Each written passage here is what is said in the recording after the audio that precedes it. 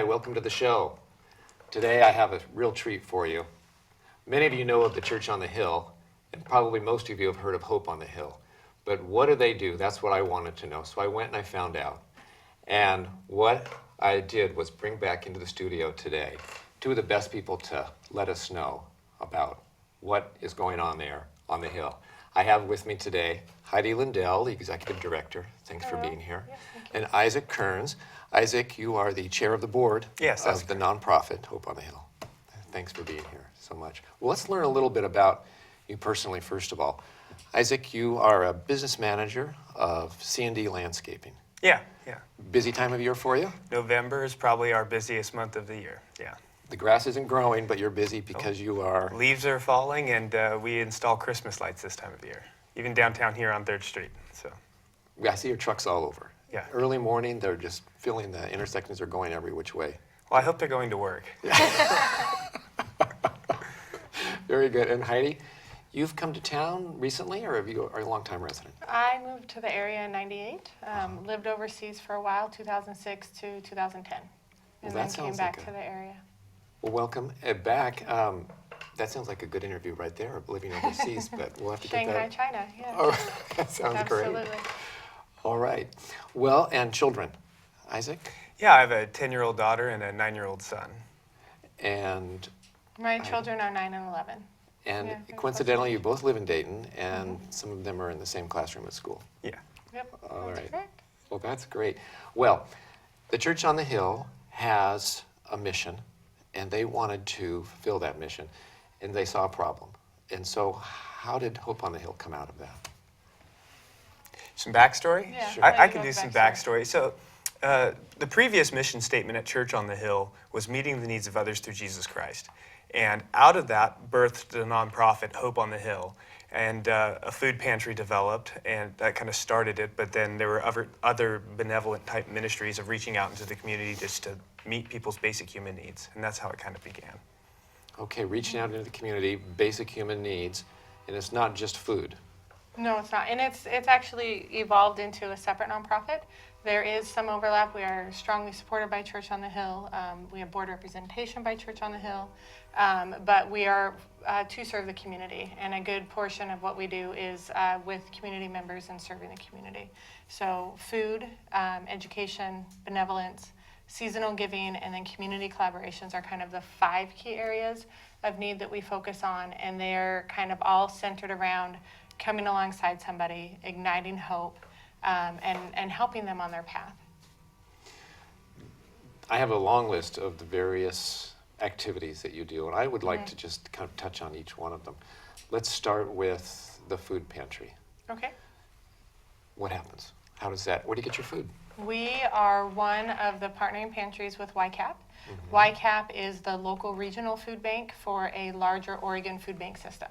So YCAP partners with the Oregon Food Bank. We partner with YCAP. And it allows us, through that partnership, to purchase food for them on an average of 14 cents on the dollar. And in addition to that, we are also able to get donated food through USDA and FEMA. And so when you're supporting YCAP, you're supporting the Hope on the Hill Food Pantry and the other food pantries and community kitchens within our area. Let's talk about the facility where the food bank is. Isaac, how did that happen? Tell us about how that evolved. Yeah, so originally the food pantry was crammed into tiny 2 little closets inside the church, and there probably wasn't 100 square feet to work with.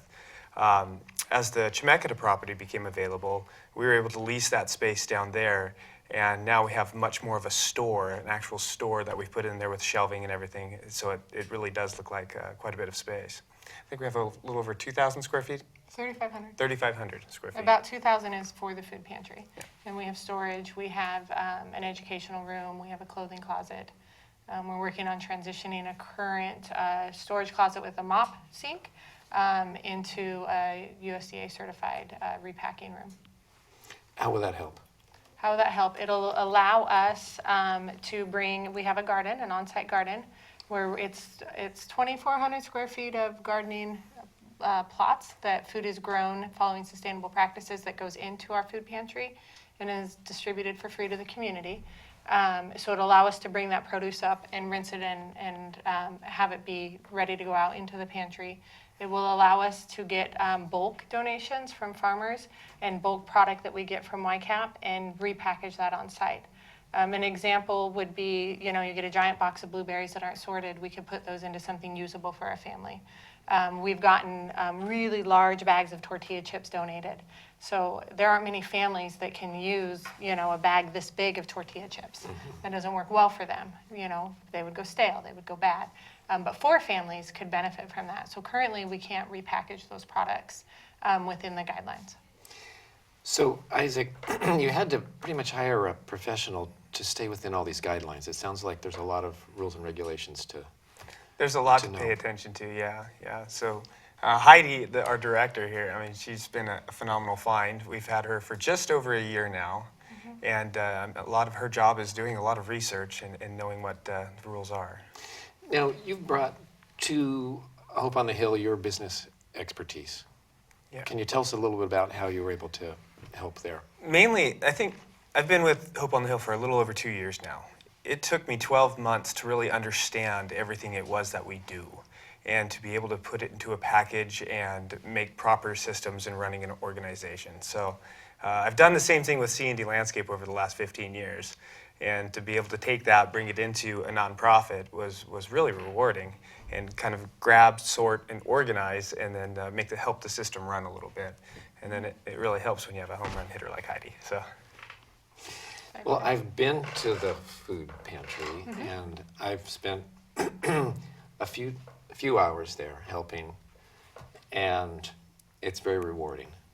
And the operation is wonderful with the people that are there. You're longtime volunteers. You have some volunteers that come and go. I just felt very welcome, and we held hands and had a prayer before we started. And as I was reading some of the information that you sent me, I found this in your guidelines about with volunteers, that one thing you ask of volunteers is to pray when requested within guidelines set out by YCAP and Oregon Food Bank contracts.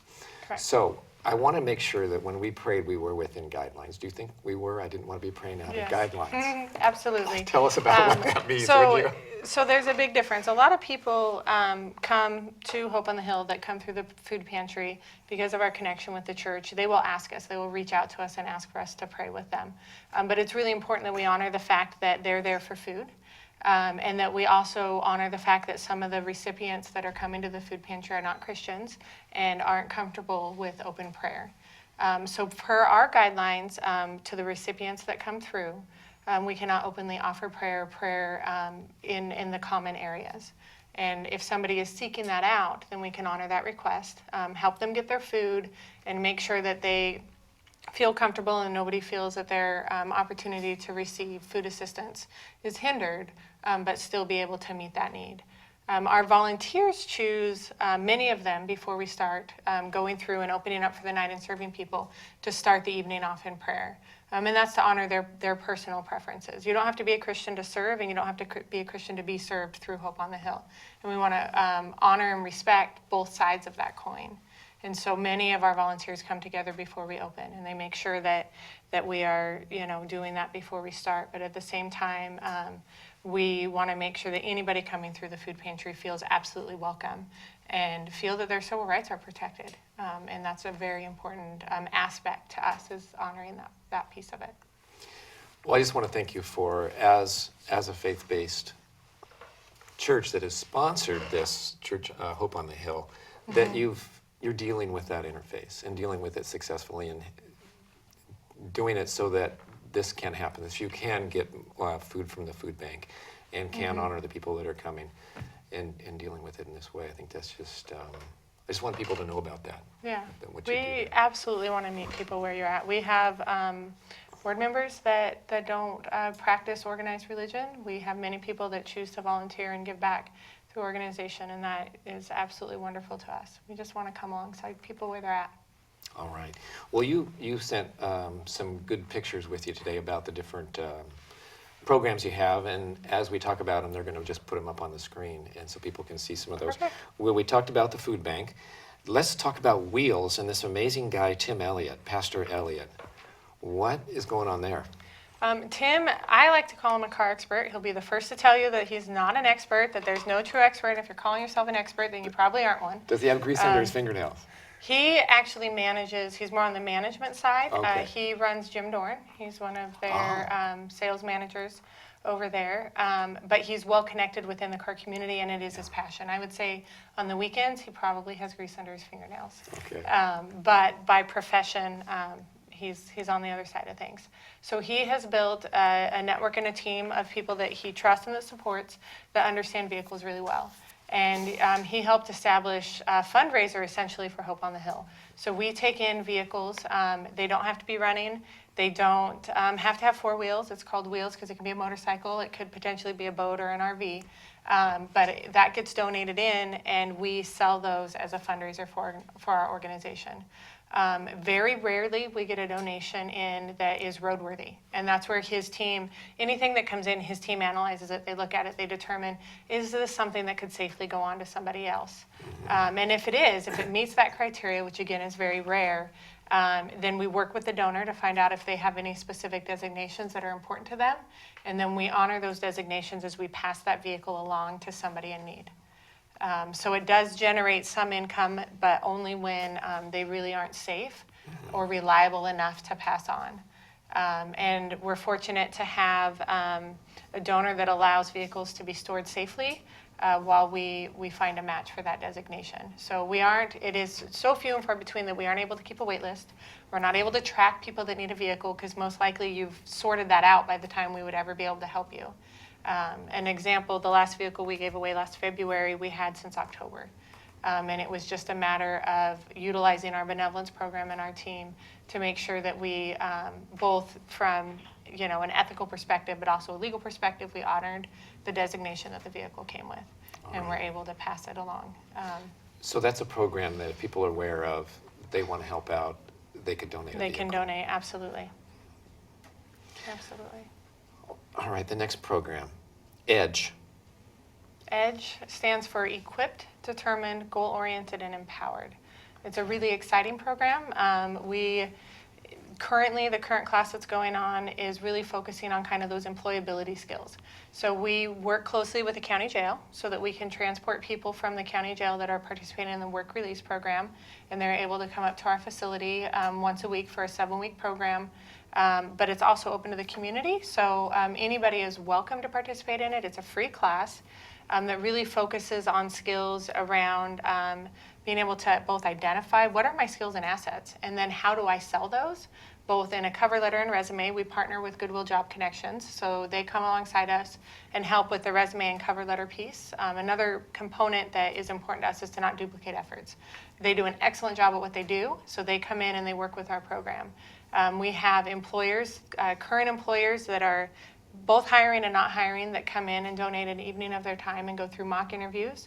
The recipients of the class attendees are able to get real life feedback from those employers and work within the program to identify, okay, if I'm fidgeting and looking down, and how that's going to appear to an employer.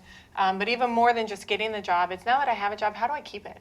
My boss comes up to me and he points out, some tough criticism. How do I take that? How do I receive that information successfully in a work environment? If it's the other side of the coin, I really need to raise some delicate issues. How do I do that? So we want to take both leadership, communication, all of these skills that are prevalent and available to many professionals, and have those available to people that are currently coming out of jail and that are really trying to turn their lives around, that are trying to get on the right track and get back into society. So with all this going on, Isaac, there's a lot of people coming there that are in need. There are a lot of people being helped. Have you seen any miracles?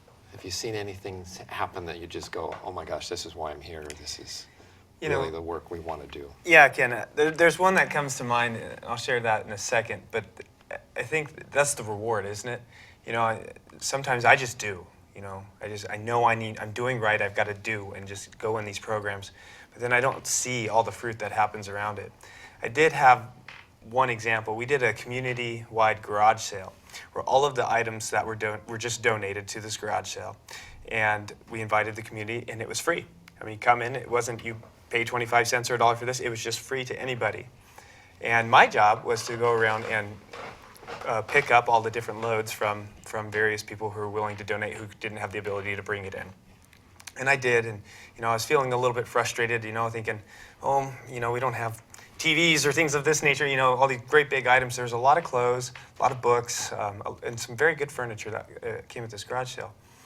My kids had soccer that morning, but as soon as I got done, I came, and it was only probably about 9:30, 10 o'clock by the time I got there, and about 75% of all this stuff was gone.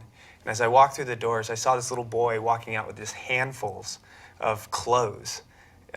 He was just excited about, just grinning ear to ear. He had all these clothes, and they're probably going to last him the next 6 or 8 months of his life, that he did not have to pay for. And seeing that wrecks me. It's good stuff. In a good way. Yeah, in a great way. Absolutely. So. All right, thanks for that story. Well, we're not even halfway down the list, but I really wanted to just kind of back up and say, so you have transportation from the jail to your facility there, where you're helping people learn skills that they can use Absolutely. to get on with their lives, working with the probation office in the same way. Wow, that's Yeah. great. And now, are these the people that you say work release? Are these people in orange? Yes, they are able to wear their street clothes. They Okay. have one outfit that they're able to check out and put on when they come and to go Okay. back. Alright. And we have people from the community as well. A few people at the current class are coming from a local shelter, and so we're providing transportation from them as well. And then in addition to that, one thing that I think is just a huge value to the program is 1 to 2 individuals each program get a scholarship. Yeah. And that scholarship can be a $500 Shemeketa scholarship. But again, we want to come alongside people, and Shemeketa isn't the best path for everybody. So we work with the Northwest College of Construction out of Portland, and then we also work with the individuals if maybe they have culinary experience, or maybe they have mechanic experience, and they need tools or certifications. Then we, up to around $500, will do what we can to help them overcome that, to not only be employed, but to be employed and have more success, have a chance to have a better income than they otherwise would. One of our recipients, he started out the class in jail. He got released during the class and was homeless, living out of his truck, continuing to come to class. We were able to partner with the Northwest College of Construction. We paid for the gas. We paid for his food to get up there because it is near the Portland airport. It's quite far.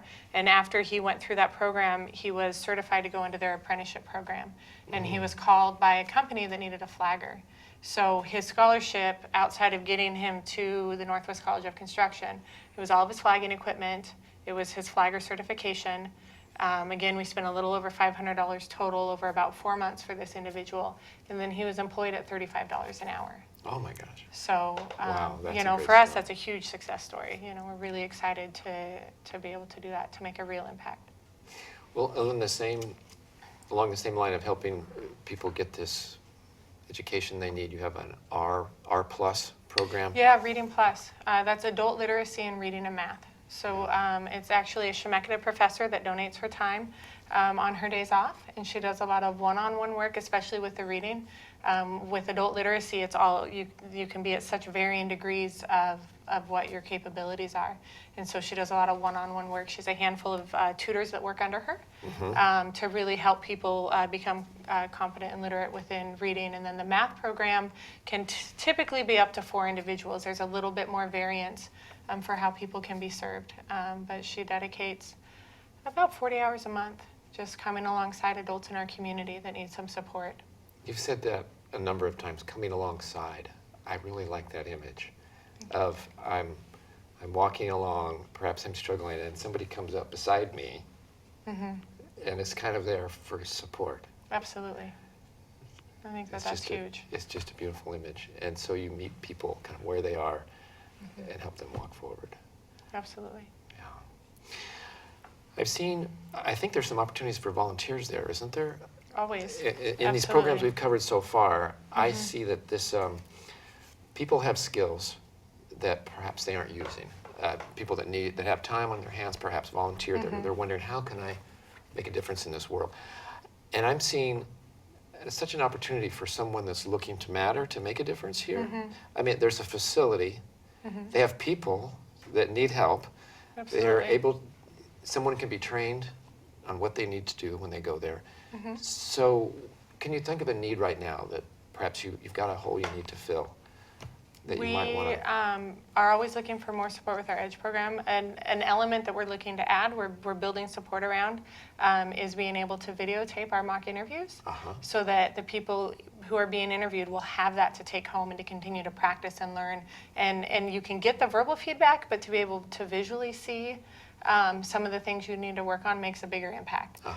So somebody with professional skills to be able to help us with that component, being able to videotape some of our mentors and our presenters, if they aren't able to come in, to have a video that we could show and to interface within that program. We need volunteers in the education programs to support our teachers, to just be a support person when we're operating. For the food pantry, twice a week we bring in food, and twice a week we're open to the community. We're the only food pantry that's open during non-business hours that serves all of Yamhill County. So Thursdays from 6 to 8, you're a working family, you can't come to a food pantry, but you need a little bit of extra help. On Thursdays. Thursday evening, 6 to 8. So it takes a good 10 volunteers to operate the food pantry, and it takes 6 on the times we're not open to bring in the stock and get the shelves filled. So that's really important. Our community garden, like I said, we have a lot of garden plots that we grow food specifically for the food pantry. Those take time. It takes planning. It takes a lot of effort in the off season, putting those gardens to rest, preparing for the next season. We have community plots. We have a children's gardening class. So if you're interested in working with children, you can come alongside in the summer and do that. We've got some pictures, I think, of that garden. Beautiful. The plants are just jumping out of the ground. I think probably taken this summer. Mike, can we bring up some of those garden pictures? And I just want you to be able to see and talk about some of the programs that are shown there in the picture as well. While he's doing that, seasonally, things get really busy. For volunteers, complete Thanksgiving meals. We provide Christmas gifts. So this time of year, we support Operation Backpack. So we always would like to bring other volunteers in for that as well. Okay. For the cold weather shelter through the winter. Well, there's your logo. There's our logo. So our community garden, we rent out plots to community members. So they get 300 square feet of space that they can garden themselves, and we provide all of the water, compost, some other amendments for the soil. We have a children's gardening class and program. So for 6 weeks, children are able to pick what they want to plant it themselves, learn how to kind of maintain it, understand science and nature and how they all interact with each other, the benefit of the butterflies and the bees and the other bugs that are in there. And then they get to harvest that. And at the end of the class, that's their garden. This last 2 weeks ago, we had 6 kids come back and harvest their pumpkins. They were able to go to the pumpkin patch and have fun with mom and dad, but they were also able to come back and get the pumpkins that they grew themselves. And so that's really exciting. Well, let's just go over what we've talked about so far, and we're a little more than halfway through what you do. So there's food, there's wheels, there's cars, there's transportation, there's EDGE, job training, skill, resume, helping people get a resume, get back in there if you get a job. There's the R+, the preparing even for a GED. Sometimes you're not even ready to take a GED class. Correct. You have to prepare to take that class. You're offering that, meeting them where they are, coming alongside them in reading and math, and there was one other. Yeah, it's reading and math literacy. Over the summer, we also offered a free English as a second language program. That's right, English second language. Wow. Okay, now we've referred to benevolence a couple times. Let's just talk more about that. There's 3 aspects of benevolence. Yeah, Wheels falls under. Wheels is kind of our 4th benevolence that's there, but only when we're able to give back out. We have Kathy's Hope, where awareness meets action, and that is for women and families impacted by breast cancer. So all those gorgeous pink lights you see around town, Christmas Decor from C&D Landscape installs those lights professionally for the businesses, and they pay for that installation to support families. It's very open-ended. If you are, or someone you know is impacted by breast cancer and there's a need, contact us. We'll work with you to see what we can do to meet that need. Wow. In addition to that, we have 2 other benevolence programs, a community benevolence program that we provide transportation and food supports, grocery store gift cards, bus passes, and gas vouchers. That's open to anybody. There's no qualifying criteria except that we are not emergent and we aren't able to do long-term sustaining. So again, we want to get to know you. We want to find out what are some ways that we can help you. We want to help you in the immediate need with your food and transportation, but also build that relationship. Maybe look at the budget with you. Maybe see if there's something that we can help you so that, maybe this month you need help and next month you don't. So really helping people to kind of figure that out. And then Church on the Hill has designated funds for people that attend their church to help with their financial needs. So they actually contract with Hope on the Hill to administer their funds for their attendees. So that benevolence program is open-ended. The designation with the funds is that they have to be involved for 3 months. It can be through the Celebrate Recovery program, it can be through regular church, it can be through Hope on the Hill, or any of the programs within the church, and their Plant Church Freedom House that they support as well. So if it's any financial need, there's an application process. Our benevolence coordinators work with them to make sure that we're sticking to the nonprofit laws of adhering to the designation and then able to help them with their financial need. You just referred briefly to one that isn't part of Hope on the Hill that it seems that recovery, what did you talk about? Celebrate Recovery. Celebrate Recovery, that's part of Church on the Hill. It is part of Church on the Hill, but they do operate separate, and they have a lot of confidentiality that they follow to support people in recovery. Yeah. And so for Church on the Hill and how they track information and are able to support the people that attend Celebrate Recovery, if there's not an overlap, if they're only involved in Celebrate Recovery, then all of that is protected. And so just to make sure that but it is still part of the church. So that's kind of the fine details of making sure that we're sticking to nonprofit law and staying within the designation. We have to work within the programs that way. Again, thank you for taking the time and the energy to adhere to those details, to make Absolutely. this work. Absolutely. Well, we don't quite have enough time to go through this whole thing, but I want to, it's pretty a lot. Isaac, you've gotten into this program. You came in not knowing a whole lot about it. Probably you felt called, or maybe tell us a little bit about how you got involved, what called you, and then also maybe what you've learned. What Sure. called you and what you've learned when you got there. Something might have, wow, were you surprised by something? Yeah, I think how I got involved was an interesting enough story. I mean, I think I took the negative, typical approach to a food stamp situation, that you often see people do, and I was so upset about it. I did a Facebook post on my page, and I had a girl that I knew in high school who totally called me out on my tone and what I had been how I'd been judging this woman that I saw in the store. And I defended myself. Oh, it's the system. We've got to change the system and this, that, and everything else. And I was just flat out wrong. And so I had a moment of reflection, an aha moment, if you will. And I said, you know what? Our job is to meet people where they are, because that's what Jesus did. He met people where they were. And so it doesn't matter if people are taking advantage of the system. It doesn't matter what their past is, what their past choices were. We got to meet them where they are. If they're hungry, they need food, you bring them food. It's that simple. So that conviction that I felt from that got me involved with Hope on the Hill, and that was the point of starting point for me. Thank you. That really, that's home. I mean, I think we've all had some of those feelings of kind of a hardened heart, and for you to share with us how yours got softened, I appreciate that. Yeah. Things I've learned, though, since is the duplicating efforts, I think, is a big deal.